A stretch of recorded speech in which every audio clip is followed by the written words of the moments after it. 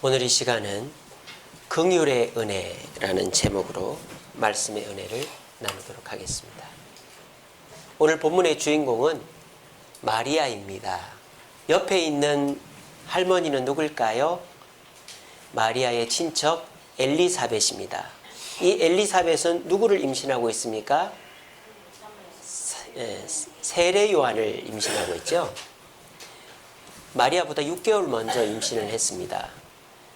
그리고 이 마리아가 천사의 예언을 통해서 성령으로 예수님을 잉태하였고, 지금 잉태한 상태에서 하나님께 찬양을 드리고 있는 것이 오늘 본문의 내용입니다. 그래서 우리가 이거를 매그니피커트, 마리아 창가 이렇게 부릅니다.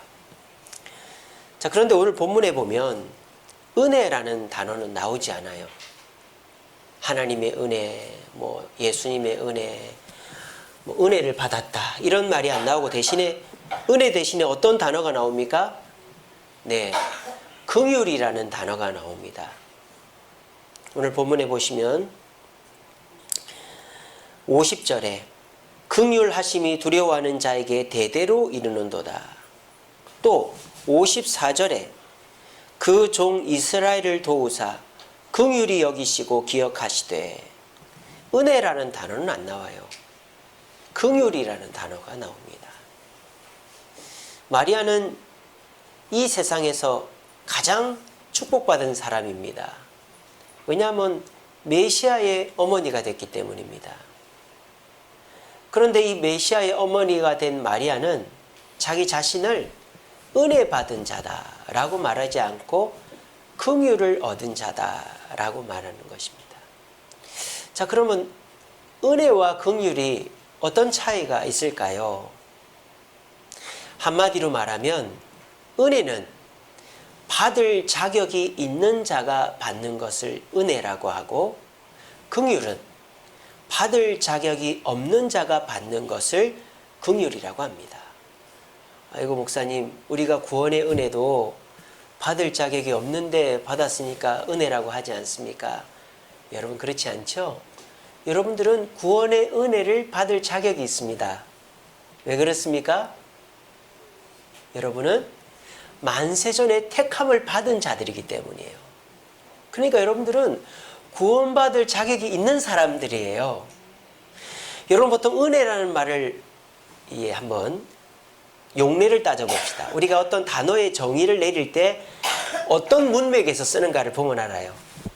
부모님의 긍휼이라고 합니까? 부모님의 뭐라고 하죠? 은혜라고 합니다. 자, 부모님은 은혜를 누구한테 줍니까? 피 한 방울 안 섞인 남한테 줍니까? 누구한테 줘요? 자녀한테 주죠. 이건 뭡니까? 자녀는 착하든 나쁘든 부모 속을 썩이든 안 썩이든 자녀라는 조건을 갖고 있기 때문에 부모의 은혜를 받는 거죠. 자, 스승의 긍휼이라고 합니까? 스승의 은혜라고 합니까? 은혜라고 합니다. 자, 스승은 아무한테나 은혜를 줍니까? 누구한테 줍니까? 제자한테 주죠. 그래서 스승의 긍휼이라 하지 않고 스승의 은혜라고 합니다. 자, 그래서 정리가 되죠.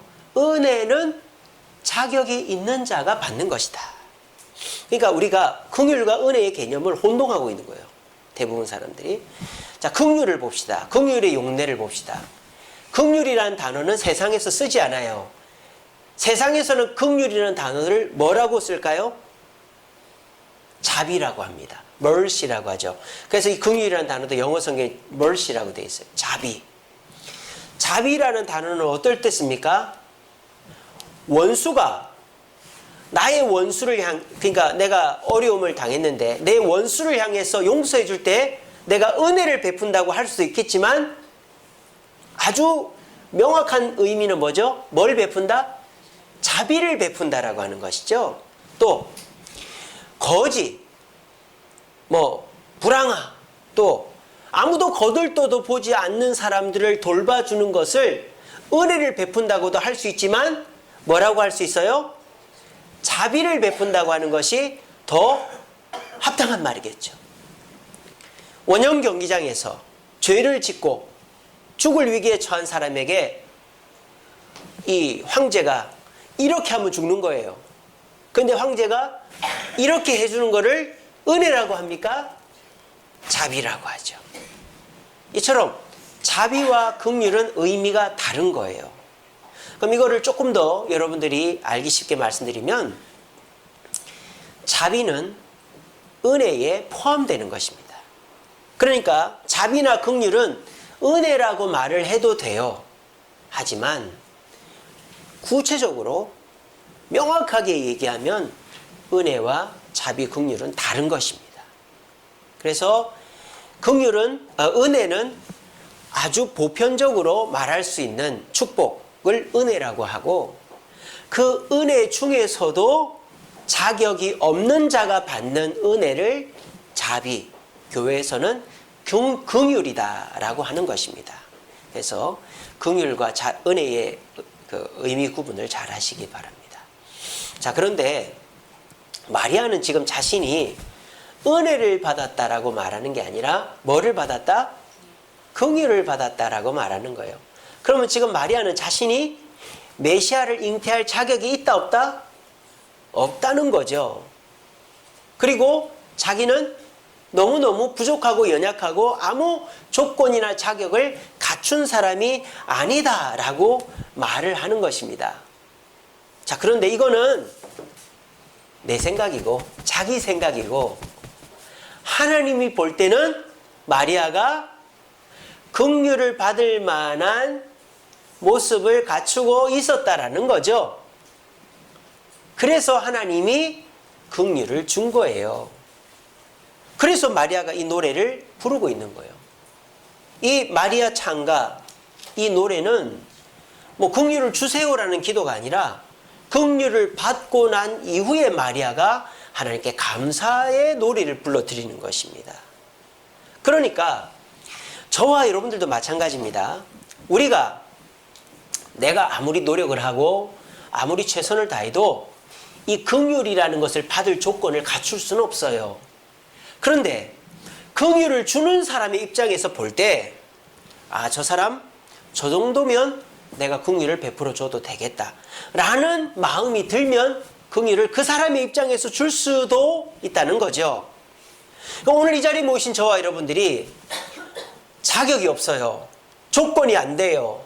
하지만 하나님 긍휼을 베풀어 주세요 라고 말을 하면서 내가 하나님의 긍휼을 받을 최소한의 모습을 갖추면 이런 마리아와 같은 긍휼 받는 자가 될 수 있다는 것입니다. 오늘 여기서 중요한 포인트는 뭐냐? 마리아는 자기가 볼 때는 자격이 안 되지만 하나님이 볼 때는 어느 정도의 모습을 갖추고 있었기 때문에 긍휼을 주었다는 겁니다. 오늘 이 자리에 모이신 저와 여러분들도 마찬가지입니다. 여러분들도 내가 생각할 때 나는 긍휼을 받을 수 없는 자야 라는 생각을 하면서도 내가 하나님 앞에 최선을 다할 때 하나님은 자격과 조건이 안 되는 저와 여러분들에게도 마리아에게 줬던 이 긍휼을 내려주실 줄로 믿으시기를 바랍니다. 여러분, 이 시대는요, 은혜 받기가 쉽지 않은 시대입니다. 왜? 똑똑한 집 아이들이 똑똑해져요. 부모가 똑똑하면요, 자녀도 똑똑해지고요. 부모가 학원을 보내고 좋은 과외를 시키고 좋은 고등학교, 좋은 대학교를 보내면 그 자녀는 자동적으로 똑똑해지는 거예요. 지식의 되물림이죠. 과거보다 더 심해졌습니다. 옛날에는 개천에서 용난단 말이 있었습니다. 사법고시, 행정고시, 외무고시 이런 게 있었습니다. 요즘은 사법고시를 점점 없애고 있잖아요. 요즘은 머리가 똑똑해도 좋은 집안에서 안 태어나면 똑똑한 사람, 신분의 상승을 이뤄낼 수 없는, 오히려 60년대, 70년대보다 신분 상승이 안 되는 시대에 우리는 살고 있어요.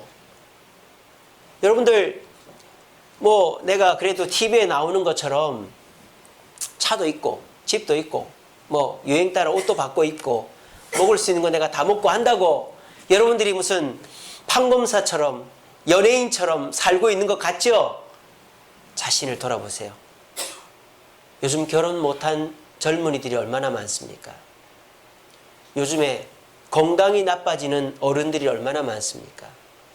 요즘에 필수적으로 갖춰야 될 것들을 갖추지 않고 있기 때문에 그걸 누리고 있다는 생각은 안 해봤습니까? 여러분 그런 생각 안 해봤습니까? 과거에는 다 가정이 있었습니다.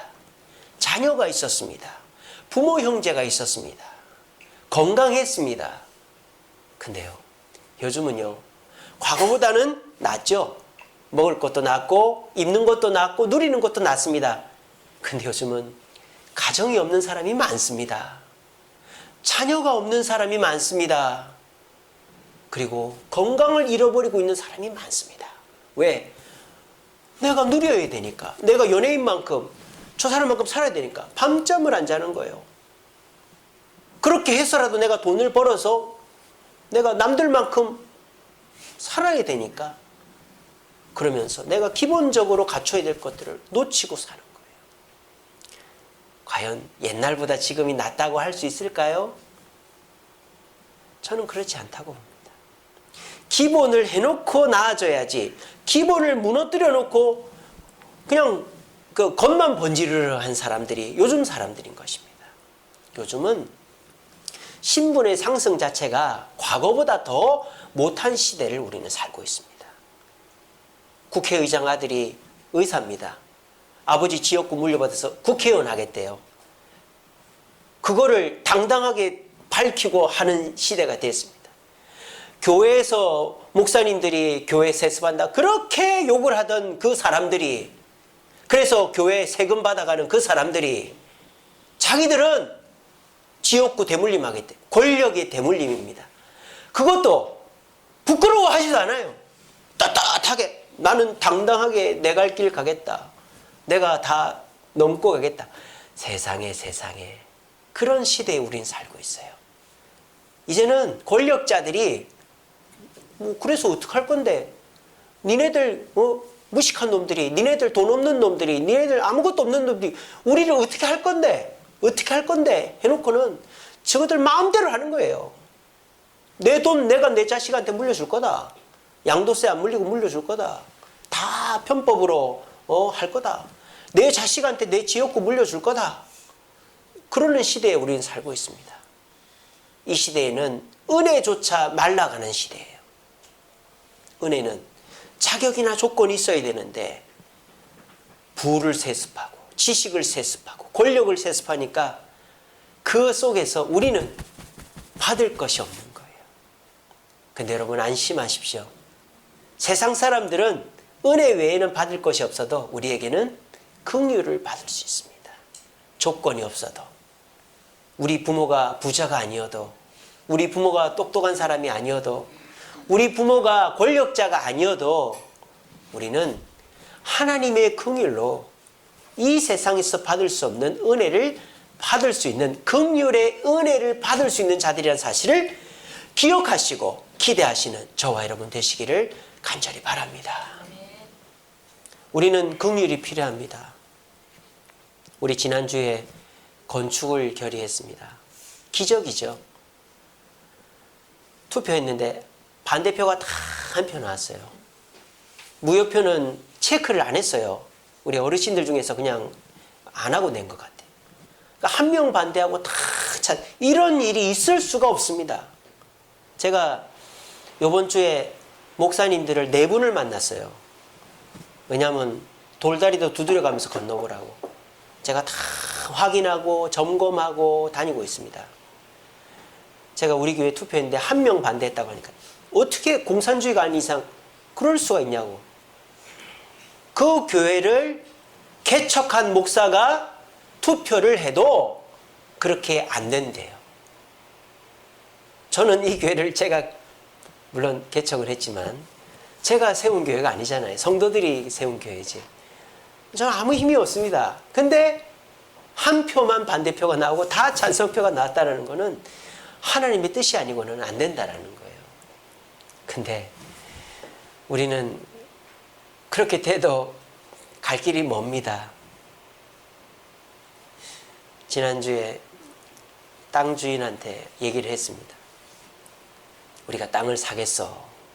그 땅이 50평 50평 2필지 아닙니까? 길이 없는 꽉 막혀 사면이 막혀 있는 그 뒷집 할머니는 팔겠대요. 거기는 이제 딱 계약을 할 준비가 되어 있습니다. 근데 신선설렁탕 바로 뒷집에 아주머니가 안 팔겠대요. 큰일 났습니다, 여러분. 1년을 내놔도 임자가 안 달려 들어가지고 그냥 임자가 달려들면 당연히 팔 것처럼 보였는데 이제 우리가 가가지고 그 땅을 사겠다고 하니까 처음에는 판다고 하더니 안 팔겠대요. 우리가 대책이 있습니까? 대책이 없어요. 아니 그 사람이 안 팔겠다는데 어떡하겠어요? 돈을 더 달라는 것도 아니고 그냥 안 팔겠대 그냥. 그러니까 이제 그 사람 얘기를 들어보면은 이사를 가야 되는데 갑작스럽게 집을 팔고 그러니까 땅을 계약을 하면은 2달 만에 거의 이사를 나가야 되니까 계약하고 한 달 후에 중도금 치르고 한 달 후에 잔금 치르고 나가야 되니까 이 겨울에 어디 갈 데가 없다는 거예요, 자기도. 그리고 이제 그 앞집은 다가구 주택입니다. 세가 200만 원 나옵니다. 그러니까 이 사람이 이사를 가도 그 200만 원 나오는 것이 자기 수입인데 그거 없다는 거예요, 이제. 그러니까 자기도 막막해지는 거죠. 그리고 이 소문을 들어보니까 이 자양동 구이동 땅값이 장난이 아니거든요. 자기 집처럼 싼 데가 없다는 거예요. 공시지가로 팔게 생겼다니까. 이제 배가 아픈 거죠. 안 팔겠대요. 여러분 어떻게 하면 좋습니까? 우리 건축 못하게 생겼습니다, 지금. 그러니까 지난주에 제가 얼마나 밤잠을 설치고 이거 결국 이렇게 해서 안 되는구나 그 생각하고 있는지 몰라요. 아직도 해결이 안 났어요. 이런 상황이 어떤 상황이다? 긍휼의 은혜가 필요한 상황이다라는 것입니다. 저는 이런 생각을 했어요. 우리가 지금 모아둔 돈도 없고 개척한 지 5년밖에 안 됐고 이것이 하나님의 뜻인가? 그런 생각도 했어요. 하지 말라는 하나님의 뜻인가? 그러면 안 해야지. 욕심 부리지 말아야지. 그런 생각도 하고 있습니다. 그런데 저는 이런 생각도 해요. 만약 이 사람의 마음이 바뀌어서 땅을 판다면 이거는 하나님의 뜻이다. 그런 생각을 했어요. 여러분들은 어떠십니까? 저는 그렇게 마음을 정하고 편안하게 기다리고 있습니다. 그 사람이 땅을 팔겠다고 연락이 오면 이거는 우리가 무리하는 것도 아니고 우리가 잘못하는 것도 아니고 하나님의 뜻이겠구나 받아들이는 거고, 근데 그 사람이 끝까지 안 판다 그러면 뭐 웃돈을 주니 뭘 어떻게 하니 이런 거 할 거 없이 깔끔하게 이 단계에서는 포기를 하고 다음 때를 기다리는 것이죠. 저 욕심이 없어요, 저는. 그렇게 마음을 정해놓고 기도하고 있습니다. 지금 이 상황이 어떤 상황이에요? 긍휼이 필요한 상황이에요. 그럼 우리가 어떻게 해야 될까요? 하나님께 긍휼의 은혜를 받아야 될 거 아닙니까? 그래서 오늘 이 마리아를 배워야 된다는 거예요. 왜? 마리아는 메시아를 잉태할 수 있는 자격이 없었지만 잉태했잖아요. 그래서 하나님께 찬양을 드리고 있잖아요. 저와 여러분들이 하나님께 하나님 그 땅 주세요, 우리 건축하게 해주세요 라고 기도하기보다 내가 이 마리아와 같은 모습인가를 점검해 봐야 된다고 생각해요. 우리 교회의 상황뿐만 아니라 오늘 이 자리에 모이신 저와 여러분들의 가정에서도 직장에서도 막막한 상황이 있지 않습니까? 그 누구도 의지할 수 없고 그 누구와도 상의할 수 없고 이제 더 이상 방법이 없는 그런 상황 있지 않습니까? 그럴 때 어떻게 해야 됩니까? 오늘 마리아의 모습을 닮으면 된다는 것입니다. 오늘 이 자리에 모이신 사랑하는 주소염교회 성도 여러분, 우리는 세상에서 돈, 권력, 지식을 물려받을 자격이 없으므로 조건이 안 되므로 우리는 이 신분, 이 상태에 고착화될 수밖에 없는 시대를 살고 있습니다. 하지만 우리가 나 때보다 자녀 때가 더 뛰어나고 나 때보다 자녀들이 더 똑똑하고 나 때보다 자녀 때가 더 성공할 수 있는 길이 주님의 긍휼의 길에 있다는 것입니다. 우리 모두 이것을 믿으시고 마리아가 주님 앞에 어떤 모습을 갖췄길래 그 긍휼을 받았는지를 살펴보시면서 오늘 이 자리에 모이신 모든 분들이 주님의 긍휼을 받아서 우리의 이 상황 상태에 머무는 것이 아니라 나 때보다 자녀 때가 더 나아지고 하나님의 긍휼로 더욱더 축복이 이어지는 나와 내 미래와 나의 가문이 되어지게 할 수 있는 저와 여러분들 되시기를 간절히 바랍니다. 자, 그럼 마리아는 어떤 사람이었길래 자격과 조건이 안 되는데 긍휼을 받았을까요? 첫 번째는 겸손한 자였기 때문입니다. 오늘 마리아의 이 노래는 세 부분으로 나눠져요. 40절부터 60절까지 하나, 50절까지가 하나, 51절에서 53절까지가 두 번째, 54절에서 55절까지가 세 번째 부분입니다. 46절에서 50절에서는 마리아가 뭘 고백하느냐? 나는 비천한 자다. 나는 종이다. 나는 두려워하는 자다. 막 그렇게 자기 자신을 굉장히 낮추고 있어요. 겸손하게 자기를 고백하고 있다는 거예요. 보시면 48절에 그렇게 돼 있죠. 그의 여종이라 그랬어요. 자신을 종이라고 그래요. 그리고 자신은 비천하다. 그러니까 아주 낮고 천한 존재라는 것이죠. 그리고 50절에 보면 두려워하는 자다라고 그랬습니다. 이렇게 이거는 자신을 비하하는 것이 아니죠. 자신은 쓸데없이 무가치한 자라는 것이 아니죠. 하나님 앞에서 자신은 이렇다라는 것입니다. 하나님 앞에서 나는 종이고, 하나님 앞에서 나는 비천한 자고, 하나님 앞에서 나는 두려워하는 자라는 거예요. 여러분, 세상에서 여러분은 종이 아닙니다. 오늘날 종이 어디 있습니까? 세상에서 여러분은 비천한 자가 아닙니다. 세상에서 여러분들은 두려워하는 자가 아닙니다. 담대하게 당당하셔야죠. 하지만 주님 앞에서는 종이 되시기 바랍니다. 주님 앞에서는 나는 비천한 자라고 고백하시기 바랍니다. 주님 앞에서 나는 주님을 두려워할 수밖에 없다고 고백하시기 바랍니다. 왜냐? 우리는 원래 마귀의 종이었기 때문입니다. 영적으로 우리를 볼 때 우리는 마귀의 종이었습니다. 그래서 잘 사는 것 같지만 마귀가 너 화내. 그러면 나도 모르게 화가 납니다.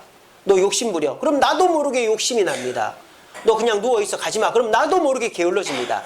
여러분 그런 경험들 다 있으시잖아요. 나중에 후회하잖아요. 내가 그때 왜 그랬지? 내가 그때 왜 화냈지? 내가 그때 왜 욕심 부렸지? 내가 그때 왜 그냥 누워있었지? 왜긴 왜요? 마귀의 종이니까 그런 거지. 아직도 그렇게 하고 계십니까?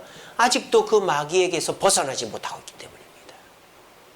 마귀의 종에서 벗어나는 유일한 길은 하나님의 종이 되는 길입니다. 내가 마귀로부터 자유한다? 내 힘으로 혼자서 될 것 같아요? 안 됩니다. 여러분 인정하세요. 나는 마귀의 종이었지만 이제 주님의 종이라는 걸 인정하시면 주님의 긍휼이 임합니다. 그리고 여러분은 비천한 자입니다. 목사님 전 떨어진 옷 입고 있지도 않고 저는 뭐 굶지도 않는데요. 저는 집도 있고 차도 있습니다. 영적으로 자신을 보시기 바랍니다. 영적으로 여러분 자신은 어떤 자들입니까? 당당하고 항상 자신 있고 모든 일에 믿음으로 행하는 분입니까? 아니면 조금만 어려운 일이 있으면 놀라고 울고 도망가고 그러는 분들입니까? 영적으로 우리 자신을 볼 때 우리는 한없이 비천한 자입니다. 그래서 우리는 두려운 자예요. 우리는 놀라고 실패하고 한치 앞을 모르고 5분 앞을 모르기 때문에 두려운 자이기 때문에 이거를 인정하라는 것입니다. 요즘 사람들요 돈 없어도 삽니다. 내가 이 기회를 놓치더라도 삽니다. 저 사람 안 만나도 돼. 사람 없어도 삽니다. 근데 요즘 사람들 뭐는 지킵니까? 자존심은 지키는 거예요. 자존심. 내가 저 사람하고 안 살아도 내 자존심은 지켜야 되겠다.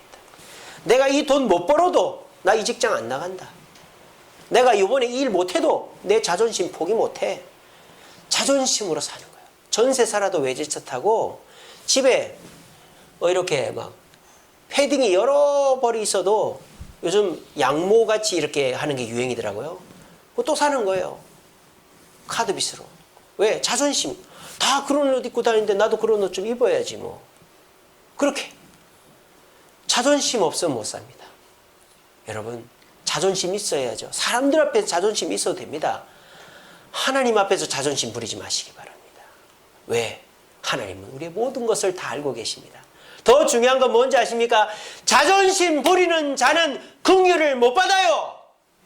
하나님의 긍휼을 못 받으면 우리는 나아질 수가 없다니까요. 왜? 여러분 부모가 부자입니까? 여러분 똑똑합니까? 여러분 권력이 있습니까? 아무것도 없잖아요. 하나님이 긍휼을 주지 않으면 우리는 여기서 벗어날 수가 없어요.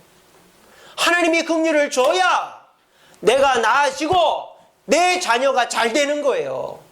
긍휼을 받으려면 자존심을 버리고 주님 앞에 나는 주님의 종입니다. 나는 영적으로 거지입니다. 나는 한치 앞을 모르는 두려운 자입니다 라고 인정을 해야 돼요. 우리가 인정 왜 못합니까? 내가 그것 때문에 더 부끄러워질까 봐, 소문날까 봐 못하시죠. 야고보 1장 5절 말씀에 후히 주시고 꾸짖지 아니하시는 주님께 구하라 그랬어요. 우리 하나님은 어떤 모습을 갖고 와도, 어떤 얘기를 해도, 어떤 부끄러운 일이 있어도 꾸짖지 않고 소문내지 않고 긍휼을 베풀어 주는 분이신 줄로 믿으시기를 바랍니다. 여러분 겸손하세요. 겸손하세요. 사람 앞에도 겸손하지만 특별히 하나님 앞에 나와서 내가 이 정도 돈도 있고 내가 이제는 살만하고 병도 낫고 하니까 내가 이제 하나님 안 두려워한다. 그러면 안 돼요. 제가 지난 금요기도회 때 에녹에 대해서 설교했습니다. 에녹은 심판을 예언받은 사람이었어요. 얼마나 두려웠겠어요. 왜? 네 아들이 죽으면 이 땅에 심판이 온다 그랬으니까. 근데 여러분 재밌는 일은 뭔지 아세요? 에녹 살아생전에는 심판이 없었습니다. 에녹은 365세밖에 못 살았어요. 자, 사람이요 몸이 아파요. 그럼 어떻습니까? 아이고 하나님 이거 좀 낫게 해주세요. 그렇게 합니다. 몸이 나았어요. 그럼 그 사람은 어떻게 할까요? 몸이 나았으니까 하나님 안 찾아요. 사업이 어려워. 아이고 하나님 이 사업 좀 자녀가 뭐 문제가 있어. 아이고 우리 자녀 좀 고쳐. 자녀가 낫고 고쳐졌다. 그러면 하나님 안 찾아요. 그 사람은 뭘 두려워하는 거예요? 내 건강을 두려워하고 내 자녀의 문제를 두려워하고 내 사업의 문제를 두려워하는 거예요. 하나님을 두려워하는 게 아니에요. 근데 에녹은요 심판을 두려워하지 않았어요. 하나님은 누구를 두려워했습니까? 누구를 두려워했습니까? 하나님이래. 에녹은 누구를 두려워했습니까? 하나님을 두려워한 것입니다. 그러니까 300년 동안 동행을 했지요. 자기 때 에녹이 죽을 때 심판이 없었다니까요. 300년 동안 하나님을 두려워했죠. 에녹은 죽지 않고 하늘로 갔지만 에녹은 하나님을 두려워했지 심판을 두려워하지 않았습니다. 여러분들은 뭐를 두려워하고 계세요? 내가 조금 아플까 봐, 내 하는 일이 잘 안 될까 봐, 내 자녀가 좀 문제가 생길까 봐 그래가지고는 하나님의 긍휼을 받을 수 없어요. 하나님을 두려워하세요. 그러면 겸손해집니다. 그러면 하나님은 우리가 조건이 안 되고 자격이 안 되지만 나를 두려워하는 저놈을 내가 좀 불쌍히 여겨줘야 되겠다 하면서 우리를 도와주시는 거예요. 우리 모두 하나님 이거 해결했어요 저거 해결했어요 라고 기도하기 전에 나는 겸손한 자인가? 사람들 앞에서도 그렇지만 더군다나 하나님 앞에서 나는 겸손한 자인가? 내 모든 것을 얘기하고 나는 종입니다. 나는 비천합니다. 나 두렵습니다. 라고 인정하며 주님께 매달리는 자인가를 돌아보시면서 주님의 긍휼의 은혜를 받는 저와 여러분 되시기를 간절히 바랍니다. 두 번째로 이 마리아가 긍휼의 은혜를 받을 수 있었던 이유는 헌신된 자이기 때문입니다. 자, 마리아는 두 가지에게 헌신이 돼 있었어요. 51절에서 53절에 보면 이렇게 되어 있습니다. 교만한 자는 흩으시고 권세 있는 자는 내리치시고 부자는 빈손으로 보낸다. 그러니까 마리아는 기본적으로 권력자, 부자 이런 사람들은 안 좋아한단 말이에요. 근데 누구는 좋아한다? 비천한 자를 높이시고 줄인 자를 배부르신다 그랬습니다. 그러니까 마리아는 기본적으로 권력 있고 돈 있고 대단한 사람들 밑에서 빌붙는 사람이 아니라 누구에게? 가난하고 굶주리고 병든 자들에게 헌신된 자였다는 거예요. 이것이 마리아가 긍휼의 은혜를 받을 수 있던 첫 번째 원인입니다. 두 번째 원인은 뭐냐? 만약 저와 여러분들이 권력자나 부자나 나보다 더 대단한 사람으로부터 피해를 당했어요. 그럼 우리에게 피해의식이 생깁니다. 보복의 마음이 생깁니다. 근데 마리아는 그 마음이 없었어요. 왜? 그거를 하나님께 맡기기 때문에. 그렇게 돼 있지 않습니까? 51절에 보면 그의 팔로 힘을 모아 교만한 자를 흩으셨다. 그러니까 마리아는 교만한 자, 권력자, 부자를 자기가 원망하고 보복하고 미워하는 게 아니라 하나님의 손에 맡겼다라는 거예요. 그러니까 마리아는 첫 번째로는 가난한 자의 편에서 헌신된 자였고, 두 번째로는 하나님께 헌신된 자예요. 그래서 열등감을 벗어버리는 자였다라는 것입니다. 이것이 하나님의 긍휼을 받을 수 있었던 비결이었다라는 것입니다. 저와 여러분들은 누구와 가까이 지내십니까? 여러분들 누구를 좋아하세요? 여러분 주변에서 여러분들이 친하게 지내고 싶어하는 사람이 누굽니까? 나에게 도움을 줄 것 같은 사람, 돈이 많은 사람, 똑똑한 사람, 또 성공한 사람들 가까이 해야 되겠지만 그런 사람들에게 더 마음이 가지 않습니까? 근데 뭐 신천지나 하나님의 교회는 그런다대요. 노인들 전도하지 마라. 가난한 사람 전도하지 마라. 그런데 신천지나 하나님의 교회는. 여러분 혹시 그렇습니까? 가난한 사람들 쳐다도 안 보고 내가 도움을 줘야 될 것 같은 사람 아예 사귀지도 않습니까? 그러면 하나님의 긍휼도 없습니다. 하나님의 긍휼은 가난한 자, 부족한 자, 연약한 자에게 시선이 가는 자에게 긍휼이 임합니다. 우리 자신을 점검해 보세요. 나는 지난 한 주간 살면서 어떤 사람과 가까이 지냈는가? 아무것도 나에게 줄 것이 없는 자, 내가 기대할 것이 없는 자와 시간을 보냈는가? 밥을 먹었는가? 도움을 주었는가? 그러면 여러분은 하나님께서 긍휼을 주려고 준비하고 계십니다. 근데 저 사람이 아니면 날 도와줄 사람이 없어. 저 사람을 가까이 해야 돼. 그러면서 나에게 도움을 줄 만한 사람을 찾아다녔습니까? 그러면 하나님은 뭐라 하실까요? 그 사람한테 가서 긍휼을 받으라 그럽니다. 근데 사람은요, 자격과 조건이 안 되면은 줄 듯 하면서 절대 안 줍니다. 여러분, 내가 도와줄게. 그런 사람 절대 믿지 마세요. 그런 사람일수록 뒷구멍에서 다 빼가요. 내가 도와줄게. 내가 다 해줄게. 그런 사람은 오히려 더 나쁜 사람이에요. 이 세상 사람들은 자기가 빼먹을 것이 있어야 도와주지 그냥 도와주는 사람 없어요. 이거 하면 돼. 내가 이거 사실은 내가 다 해야 되는데 너한테 귀뜸해 주는 거야. 그 사람은 사실 뒷구멍으로 자기 다 빼먹을 거 빼먹고 그렇게 하는 거예요. 여러분, 사람들 믿지 마시고 사람들 쫓아다니지 마시고 내가 도움을 베풀 수 있는 사람들에게 도움을 주시기 바랍니다. 그러면 하늘 문이 열리게 될 것입니다. 그리고요, 여러분들 나쁜 짓 하면서 잘 사는 사람, 그리고 나한테 피해를 끼쳤으면서도 얼굴 하나 안 부끄러워하고 사는 사람, 참 마음속이 쓰라리죠. 그래서 나도 저 사람처럼 해야 되겠다. 그런 유혹을 마귀가 줍니다. 그래서요, 한 방에 훅 가는 경우가 있어요. 잘 살다가 착하게 살다가 마귀가 저 사람 봐. 너 왜 이렇게 착하게 살아? 저 사람 저렇게 살면서 떵떵거리고 사는데 너도 저렇게 해. 그러다가 한 방에 훅 가는 거예요. 여러분, 그 마음을 조심해야 됩니다. 내가 착하게 살다가 보십시오. 뭐 이렇게 구제, 선교 이런 거 열심히 한평생 살다가 한 방에 그거 다 무너뜨리는 목사님들, 선교사님들, 뭐 자선사업가들 있지 않습니까? 그게 뭐예요? 열등감이에요. 열등감. 나쁜 짓 하는 사람, 나한테 피해 준 사람, 그 열등감을 극복 못하는 거예요. 그 열등감은 누구의 손에 맡겨야 돼요? 하나님의 손에 맡기면 돼요. 하나님 다 보고 계시죠? 알고 계시죠? 저 사람 하나님께서 보고 계신 줄로 믿습니다. 저는 그냥 하나님만 보고 갑니다. 하나님께 헌신되면 되는 거예요. 누가 어떻게 하든지 상관하지 마세요. 내 할 도리만 하면 되는 거예요. 하나님이 하라고 한 대로만 하면 되지 저 사람은 어떻게 됩니까? 물어볼 필요가 없어요.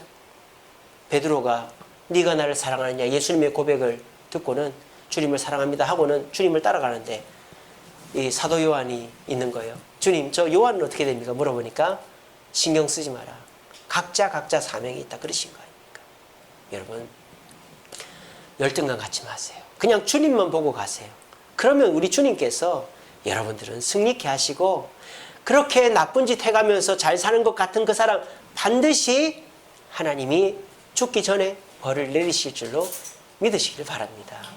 이렇게 긍휼을 받을 자는 가까이 하는 자, 나의 시선이 나보다 못한 자를 향하고 그리고 나쁜 짓 하는 사람 열등감 느끼지 않고 하나님의 손에 맡겨드리고 나는 그저 하나님의 일에 헌신된 자가 하나님의 긍휼의 문을 열 수 있습니다. 우리 모두 이 긍휼의 문이 열림으로 내가 이룰 수 없는 일, 내 생에 할 수 없는 그 일을 나 때에, 내 자녀 때에 이루게 할 수 있는 긍휼의 은혜를 받는 저와 여러분 되시기를 간절히 바랍니다. 마지막으로 마리아는 어떻게 해서 긍휼의 은혜를 받을 수 있었을까요? 긍휼의 은혜를 받은 마리아는 나중에 어떻게 됐을까요? 이렇게 고백합니다. 자손 만대까지 은혜를 베푸소서, 그렇게 얘기합니다. 55절에 보시면 우리 조상에게 말씀하신 것과 같이 아브라함과 그 자손에게 영원히 하시리로다 라고 했습니다. 마리아는 자기 후대가 어떻게 될지 몰라요. 그리고 우리도 몰라요. 마리아, 예수님의 동생들이 있었잖아요. 그죠? 근데 예수님의 동생들이 어떻게 됐는지 우리는 몰라요. 근데 저는 확신합니다. 하나님의 긍휼은 마리아 때에 그치지 않았다라고 저는 믿습니다.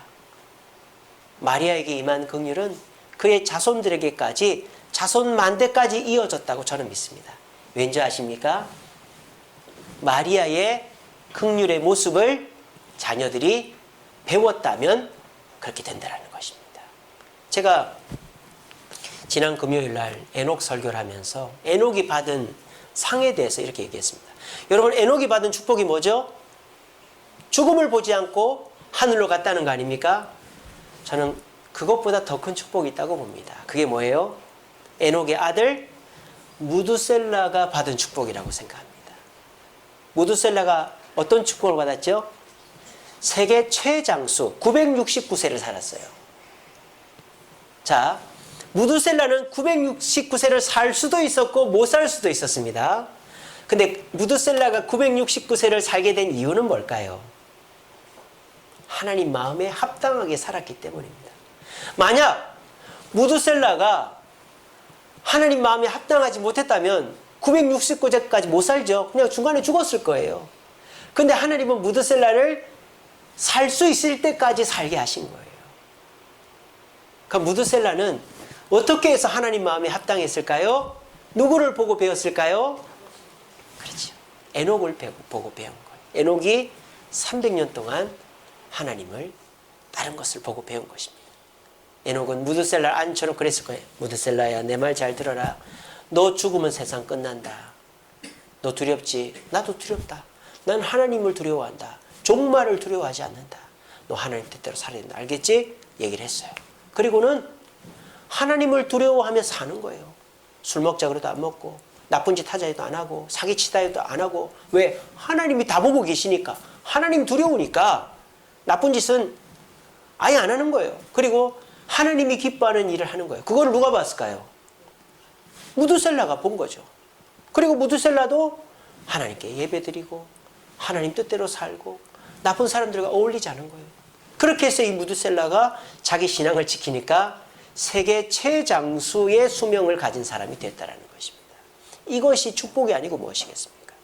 그래서 에녹의 축복은 자기가 천국 간 것보다 무두셀라가 969세를 살고 하나님의 축복을 받았다는 것입니다. 여러분, 자녀들에게 물려줄 수 있는 게 뭐가 있을까요? 여러분, 돈이 많아가지고 자녀들 뭐 사고 싶어? 사! 누가 너 때렸어? 내가 돈으로 다 해결해 줄게. 너 어떻게 했어? 내가 다 해줄게. 그 재산 3대를 못 간다 하지 않습니까? 그거는 내 재산을 빨리 말아먹겠다는 뜻입니다. 자녀를 잘 키워야 돼요. 제가 아는 어떤 분은 대기업 이사고 한데도 절대 백화점을 안 갔답니다. 꼭 재래시장에 가서 옷 사입혔답니다. 그래서 그 자녀들은 자기 집이 가난한 줄 알았대요. 자기 아버지가 뭐 하는 줄도 모르고 맞벌이를 하니까, 자기 엄마는 선생이니까 자기 집은 가난한 줄 알았대. 왜? 맨날 시장 옷 입히고 시장 신발 신기고 이랬으니까. 그래서 성인이 됐어요. 그 자녀들도 대기업 다닙니다. 근데 그 아버지가 땅이 있어요. 이거 좀 가져가라. 안 가져간대. 아버지 땅인데 내가 그걸 왜 가져가니? 아버지가 건물이 있어. 이걸 리모델링 했는데 누가 리모델링해서 가져가라. 그 아버지 건데 내가 왜 가져가? 아마 그 집안은 자손만대로 부를 누리게 될 것입니다. 왜? 아버지가 검소하고 바르게 사는 모습을 보여줬기 때문입니다. 여러분, 긍휼의 은혜는 내가 지금 가진 거로 받는 게 아니에요. 내 지금의 모습, 상태로 받는 거예요. 내가 겸손하게, 사람들 앞에 겸손하고, 특별히 하나님 앞에 겸손하고, 내가 하나님과 사람 앞에 헌신되어 있으면, 가난한 자와 함께하고, 그리고 어려운 자와 함께하고, 주님에게 모든 걸 맡기면, 그 모습을 내 자녀가 보고 자란다면, 내 자녀는 내가 받았던 긍휼의 은혜보다 더 큰 은혜를 받아서 내가 누리지 못했던 것을 더 누리게 되는 축복의 자녀들이 되게 될 것입니다. 에녹은 365세밖에 아담 이후로부터 최고로 적은 수명을 살았지만, 에녹을 본받은 무드셀라는 최고로 오래 사는 거예요. 오늘 그 축복이 저와 여러분들의 가정에도 있게 되기를 간절히 바랍니다. 우리 이 말씀 읽고 마치겠습니다. 시작.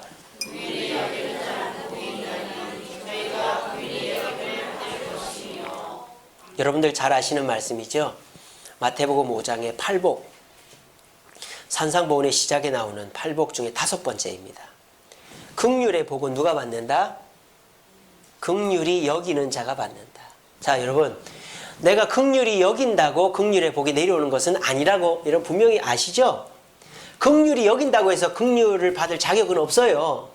그런데 여러분들이 겸손히 가난한 자, 부족한 자를 긍휼히 여기면 하나님께서 그거 아무것도 아니지만 그걸 보고 여러분들에게 긍휼을 주신다 이 말이에요.